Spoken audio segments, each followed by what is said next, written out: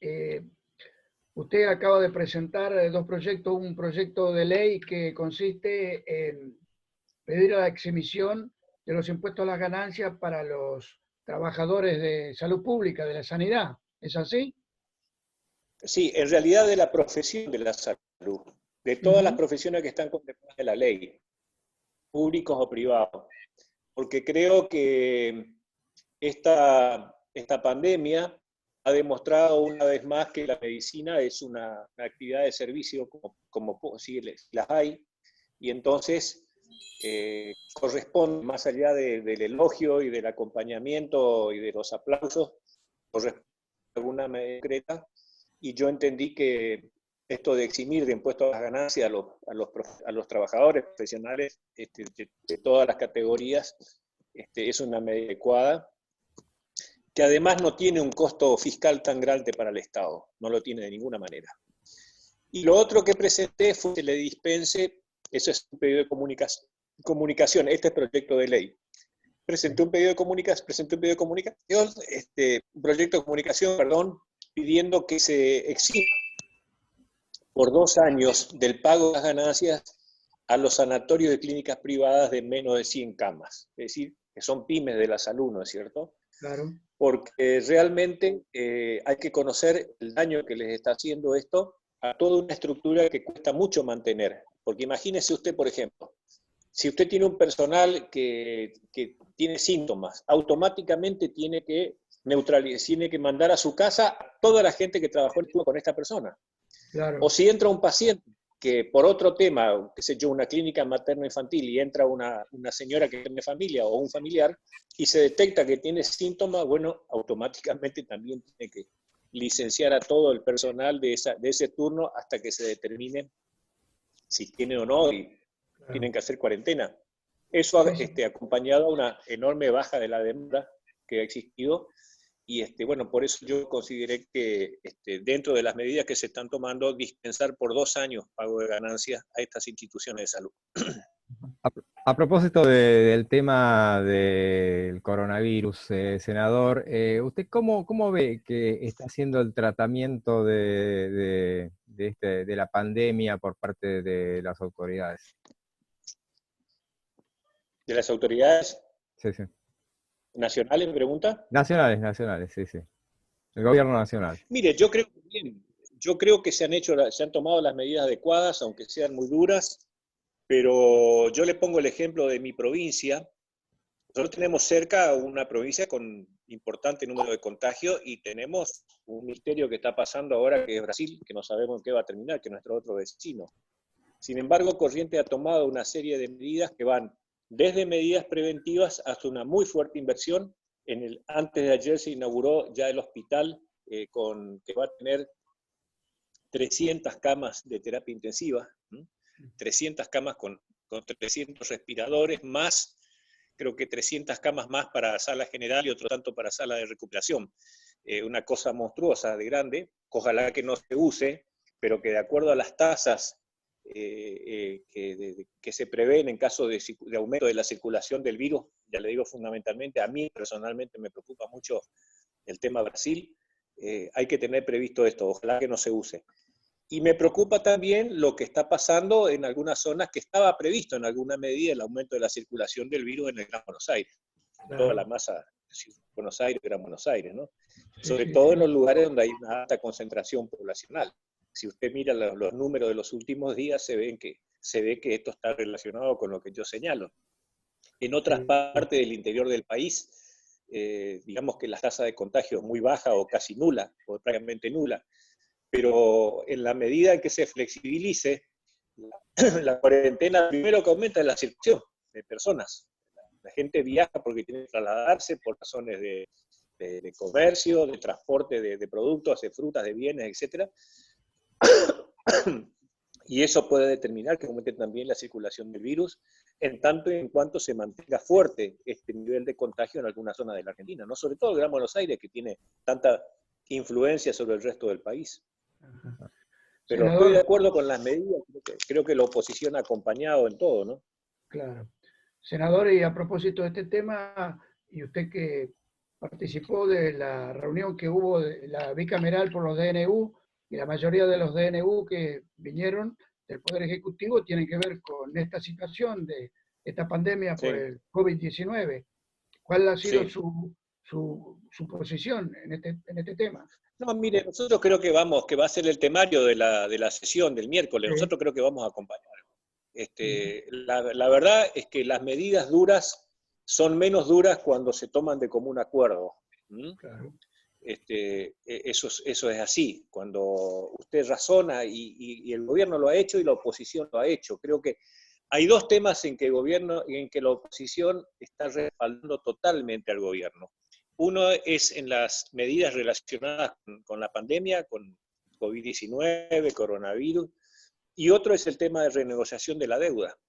Nosotros le hemos votado por unanimidad todos los elementos que pidió el Poder Ejecutivo para que los tenga y lo vamos a acompañar en todas aquellas medidas que tengan, que busquen lograr una mejor, marcando lo que consideramos los errores, por supuesto, pero dando por sobre todas las cosas un mensaje de unidad ante los acreedores externos que realmente no son negociaciones fáciles de llevar. Lo que pasa es que yo creo que en la medida en que no tengamos un plan económico que exponer cualquier negociación ya de por sí difícil, se vuelve todavía mucho más difícil, ¿no? Bueno, el gobierno justamente a propósito del tema de la deuda ha prorrogado el tema de las negociaciones, digamos, hasta el 21 de mayo. Sebastián, ¿usted cómo Sí. ve esa negociación? ¿Cree que cree que existe la posibilidad concreta de que entremos en default? ¿Cuál es el riesgo de que eso suceda?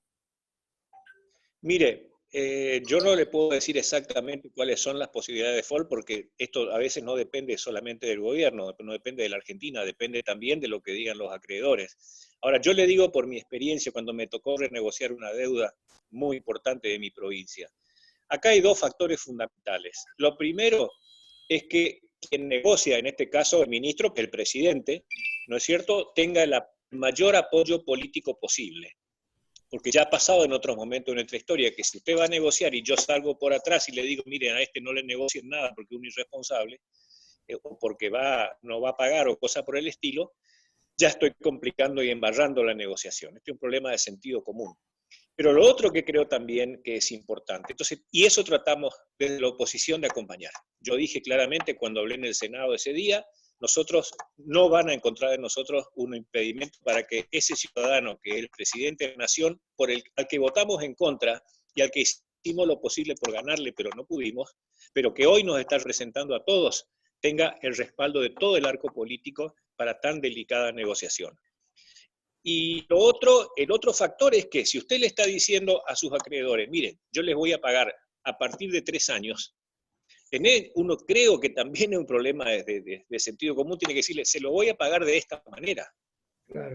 No solamente logrando un superávit fiscal si es que me eximo de pagar los servicios de la deuda, sino también diciendo, mire, esto prever cierta disponibilidad de fondo de mota, que el compromiso que yo asumo con usted lo va a cumplir quien sea el día de mañana, dentro de 2 años, dentro de 1 año, dentro de 3.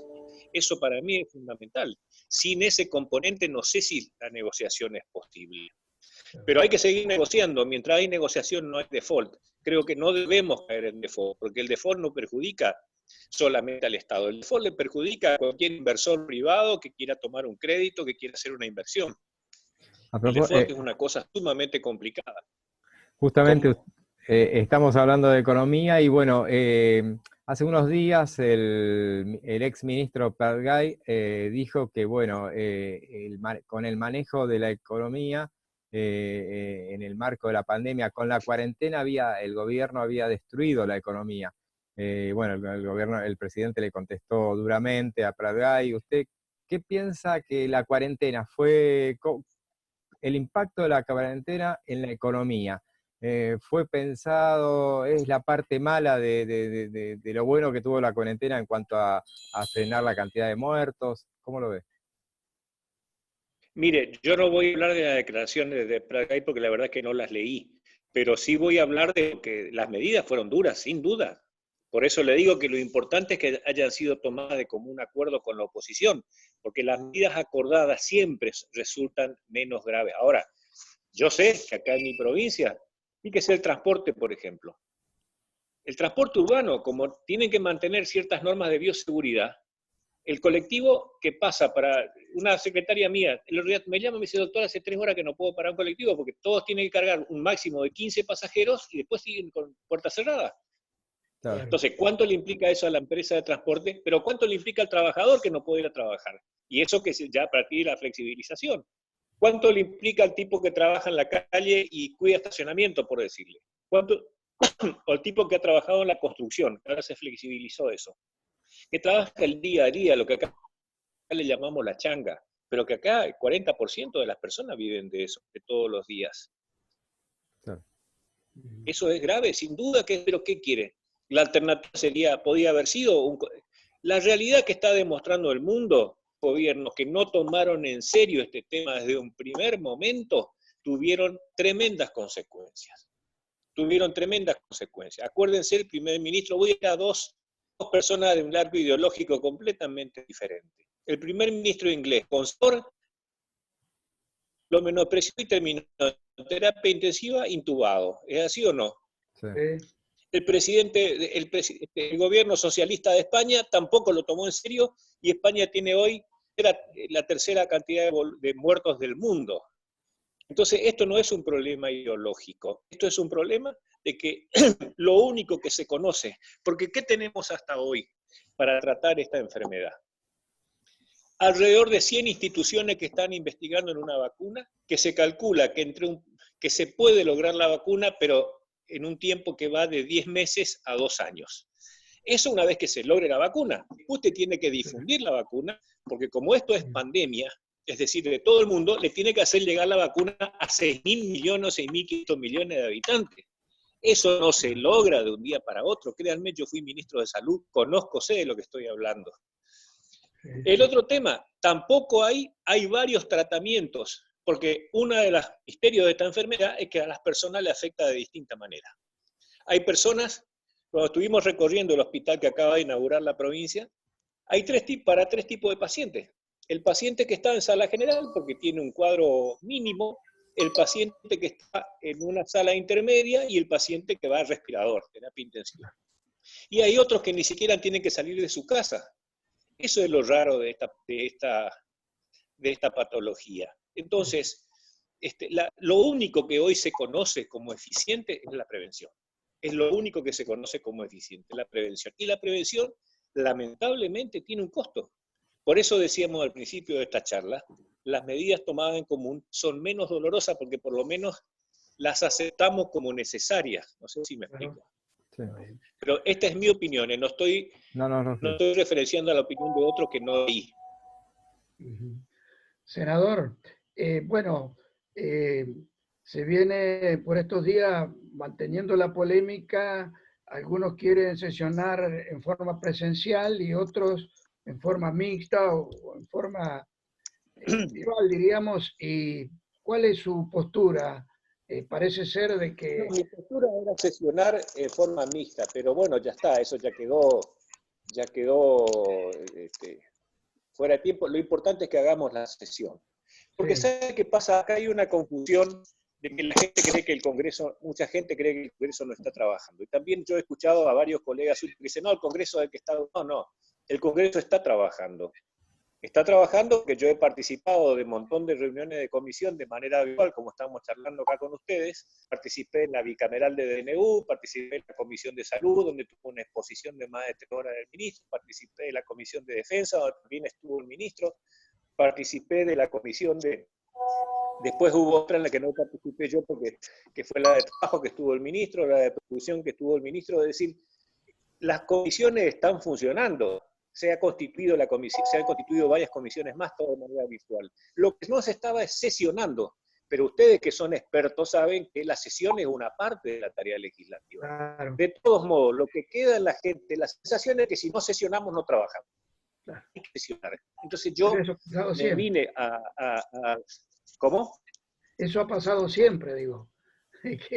Claro, sí, por supuesto. Por eso yo, con tal de que se haga la sesión, porque mi posición era medio inflexible al principio, después dije, bueno, con tal de que sesionemos, que sea de la manera que fuere. Bien, y con relación, hace unos días el gobierno tuvo una actitud en cuanto a una amague de salida de de la mesa de las negociaciones del Mercosur con otros acuerdos, otros bloques comerciales. Ahora medio como que Ujú. reculó, ayer en estos días emitió una declaración en la que acomoda los tantos y medio como que da a entender que sí, que se mantiene en la mesa de las negociaciones. ¿Usted cómo ve esa actitud, Se entrecorta, por favor. usted cómo ve esa postura del gobierno en la materia, en el tema Mercosur? A ver, ¿ahí me escuchan? Sí, sí, sí, Sí, ahí lo lo escuchamos escucho. bien a usted. A ver. José. Se entrecortó. Mire, yo en su momento me preguntó un medio de prensa de Buenos Aires, yo dije que era un error salir de la negociación. Además, una medida, primero que es negociación, no es acuerdo. Ujú. Yo puedo negociar con ustedes y no ponerme de acuerdo. Podemos negociar lo que quieran y no ponernos de acuerdo, o sí. Y esto era negociación. Y además, hay una cuestión, en el Tratado del Mercosur, a ningún acuerdo se llega sino por unanimidad. Sí, Entonces, retirarse de una negociación lo único que afecta es más la confianza. Todo. Y yo planteé un tema muy concreto, que todavía nadie me ha dado respuesta. El río Paraná está donde nosotros vivimos, al borde del río Paraná, está viviendo la mayor bajante de los últimos 50 años o más. Miren, les impresionaría ver cómo han aparecido islas nuevas en el río, que obviamente son los bancos de arena que estaban sumergidos, que bajó tanto el nivel del río, que son apenas está funcionando el canal, sí, el río es tan grande que sigue siendo impactante, pero les digo, por ejemplo, todo lo que es, más allá de que está prohibida por ahora, pero todo lo que es navegación deportiva, ese tipo de cosas, está todo cancelado, todas las embarcaciones en el fondo varadas, ¿no? Sí. Y lo que no podemos saber es si esto responde a una cuestión climática o a una cuestión de falta de acuerdo, porque Brasil tiene más de 30 represas arriba del Itaipú, en la cuenca superior del Paraná. No es solamente Itaipú, son 30 y pico de represas en la cuenca superior del Paraná. Y como no estamos dialogando con el gobierno brasileño, no podemos saber si esto es, como les digo, una cuestión climática o es una cuestión de determinadas medidas que tienen que tomarse de común acuerdo, como es el llenado de las represas, que eso posiblemente haya componente de los dos. Seguramente hay de los dos componentes, pero tenemos que saber porque hay que prever. Hay que Claro. prever cuándo vuelve la normalidad. Las cataratas del Iguazú, ustedes habrán visto las fotos, están en un estado de prácticamente secas, ¿no? sí, sí. A propósito de esto, senador, usted que es de Corrientes seguramente sabe del tema.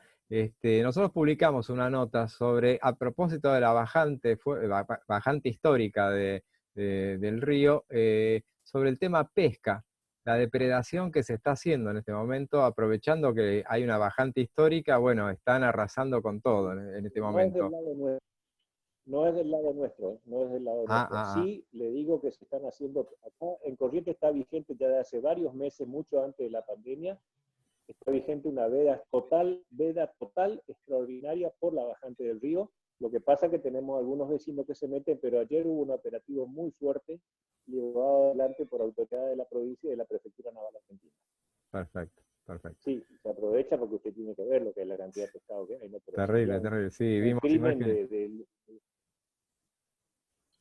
Sí. Pero se está actuando, no, la veda está dictada de fines del año pasado ya. La veda total extraordinaria, con muchas quejas de los que viven de eso, pero bueno, como toda emergencia, lamentablemente alguien pierde, ¿no? Está bien. Perfecto. Pero hay que cuidar el Senador, recurso. senador, cambiando un poquito de tema, ¿cuál es su opinión en torno a esta situación que se ha dado con los presos y esta libertad domiciliaria que se ha dado a muchos presos y por allí en algunos casos en forma muy ligera, por decirlo de alguna manera? Mire, acá yo lo que estoy absolutamente en contra de esta medida masiva que se tomó, donde salió de todo. Vimos por todos los medios, lo vieron ustedes, personas que estaban delinquiendo a escasas 12 horas de haber salido en libertad. Vimos violadores, vimos abusadores que fueron a vivir a casi en el mismo lugar que sus víctimas. Entonces, eso es una locura.